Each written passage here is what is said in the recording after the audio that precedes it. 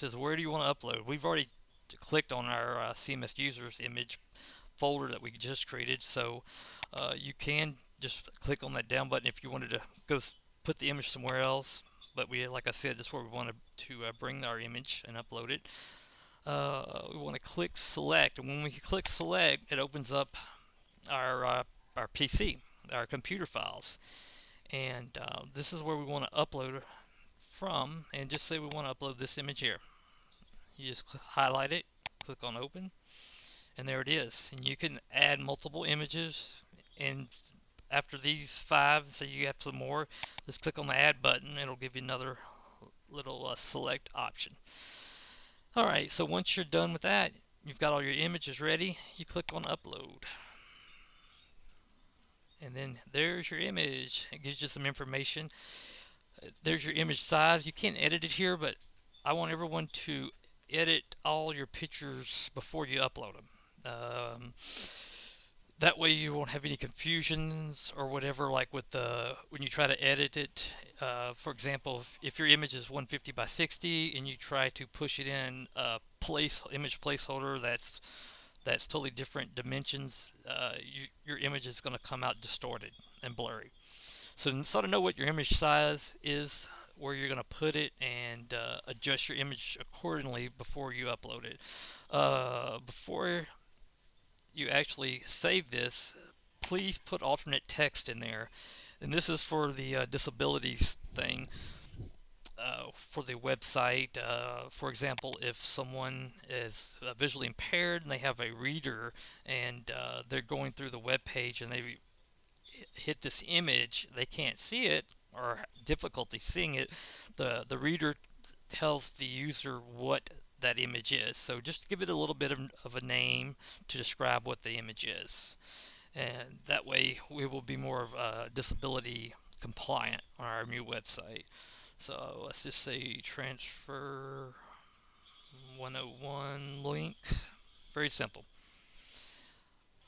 And I just leave this uncategorized and I don't do any tags right now. So we would just click Save Changes. And there it is.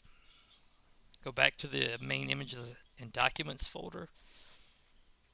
And if you see, here's our one we just created, CMS user images, and you click on it, and there is our image. And that's how you upload images. Now remember this image because we're going to use it later on a page. Okay, now we are time to learn how to edit some pages, create some pages, delete some pages. Let's click on the pages button here, and then this is where all the magic happens. There are basically 3 things that you can do with a page. You can delete a page, you can create a page, or you can edit a page. Depending on your permissions level, this is where the pages that you are assigned, or that those are your pages, this is what you will see. I created the CMS user with just the basic CMS user pages, plus I also gave it e-learning pages to look at because Michael has done a good job with his pages. So basically when you come to the pages, you'll see your site map here. When you click on all pages, you also will see all the pages here. These are, Michael has been hard at work with all these pages. Also, if you expand your little tree here, you'll also see, like, this is his, if you click on it, highlight it, this is his main department page. You'll get a preview of it over here, so you'll also know that you're on the right page. You can click down, you can see all your pages here. Now, the first thing would be to delete a page. Let's see if we click on this beta testing here, click on this CMS user test page right here. Say we want to delete this page. Basically, highlight the page, make sure this is the page that you want to delete, and you hit the delete button. And this little thing comes up and goes, are you sure you want to delete this page? Of course, you click on OK, it will delete it. If you don't want to, just click on cancel and get out of there. Pretty simple. That's how you delete a page. Next thing we'll do, Sorry about that. The next thing we'll do is learn how to create a page. So when we create a page, of course, we see this big create a page button, but first we needed to figure out where we're going to put that at. So for example, say we were Michael and we wanted to make a new page under e-learning. You would highlight e-learning and then click create a page. I'm not going to mess with his right now, but I'm going to put one under the beta testing pages. I want it right underneath there, so I'm going to click create a page. Now if you wanted it in this main root here, just highlight all pages and it'll put it right there. So open up beta testing, highlight beta testing, then it gives you your button. Let's create a page. Alright, right here, page name. Got to figure out what you're going to call it. Here, the page name is more for the Sitefinity type use of what you'll see. It doesn't allow you to put any kind of spaces or anything, so we'll just say CMS users test page. Something very simple here. Menu label, you can type something in there. It's not going to show up because we're not doing navigation. We have our own navigation system that we're using. We're not using the one within Sitefinity. So we'll just say CMS users test page. Page type is just normal. We're not doing a group of pages. Title, this is important because this is what's going to be used for search engines. This is what's going to be also show up in the bar on your web browser up at the top, like here. Not your URL, but like here's your title. So CMS user test page. Description, put whatever you would like, but I usually just a quick little description.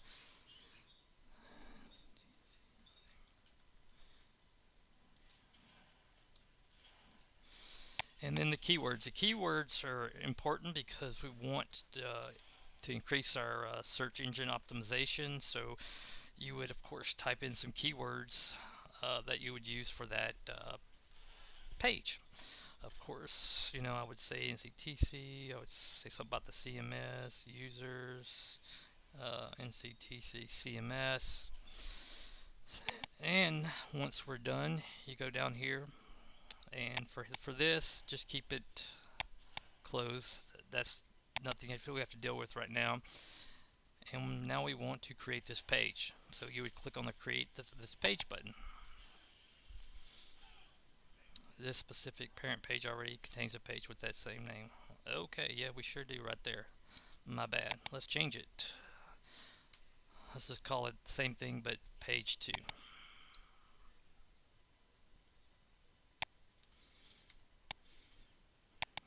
Create this page. Now, it brings us to a thing that says select a template. So right here, you go here and select a template. The main template is for the home page. There's only one page that uses this template, and that's the home page. These multi-page master, that's stuff I'm working on. Submain is something that I will assign, but that's only for the department's main page. Any main department that you go to will have this template. And other than that, you will have a simple master, which is basically the whole page, a 2-column, and a 3-column. Let me show you what the simple master page template sort of looks like. And while we're here, we're also, before we do that, we want to do the theme. And there's only one theme in the drop down menu, and that's NCTC. And as you can see here, this is the main like simple master page where it just basically gives you the whole page to do your stuff. And as you can see, there's 3 boxes. These are called content placeholders. And this is where you will put these things over here called controls. You would drag them over here and you put in there to make your content. These are just different names of these, and they all have to be identified with the name, these content placeholders. You can place multiple controls in just one, or you can place one in each one of these. It's just whatever, however you feel. If you do not place anything here, it's not going to create space in your page. So let me show you the next template. Would be a 2-column. Here we have a larger column over here and the smaller column over here. And then the next one would be 3-column, which 2 small columns and your middle column is a little bit bigger. So those are the 3 templates you will work with. Please do not use any other templates but these 3. So for example, we'll just do a simple master. Okay, now for some reason you don't see these control lists, you just click on this button, and what this button does, it drops down the menu or it gets rid of the menu. As you can see a little wider version, so to see what your page looks like. Click on add controls. So if, for example, if your page came up like this and you don't see your controls, don't freak out. Just click on the add controls button and here's your drop down list. Now the easiest way to use these controls is drag and drop. Okay, and generic content and image you're going to be using 95% of the time. So let me show you here. You just drag over here. I'll just drag an image one over here. I want to show you the different things you can do with them. Now, when you use an image control, the best time to use an image control, as I found from all my work with Sitefinity here, is whenever you just have an image that you just want to either be just out there by itself or out there by itself and you want it to be like a hyperlink or something like that. You just click on edit and right here select from already uploaded images. Now remember that image that we uploaded? Let's go to our folder. There's our folder, our library image folder that we created. Let's click on that, and there is our picture that we uploaded just a while ago. You highlight it and you click I'm done. And of course there's that alternate text that we had already put there when we saved our image. If it is blank, for some reason somebody forgot to put an alternate text, please put it in there for our disabilities.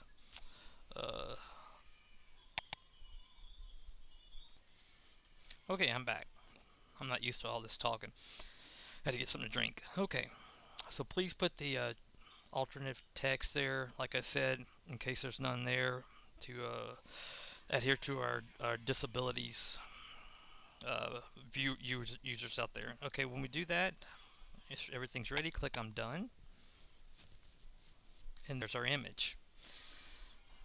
Okay, from the Sitefinity images, this is just for images only. I made a mistake. For if you want to put an image as a hyperlink, you would use the generic content area. So let's do that. Let me show you how to do the generic content. We've got this control here. Click on edit, and here's our generic content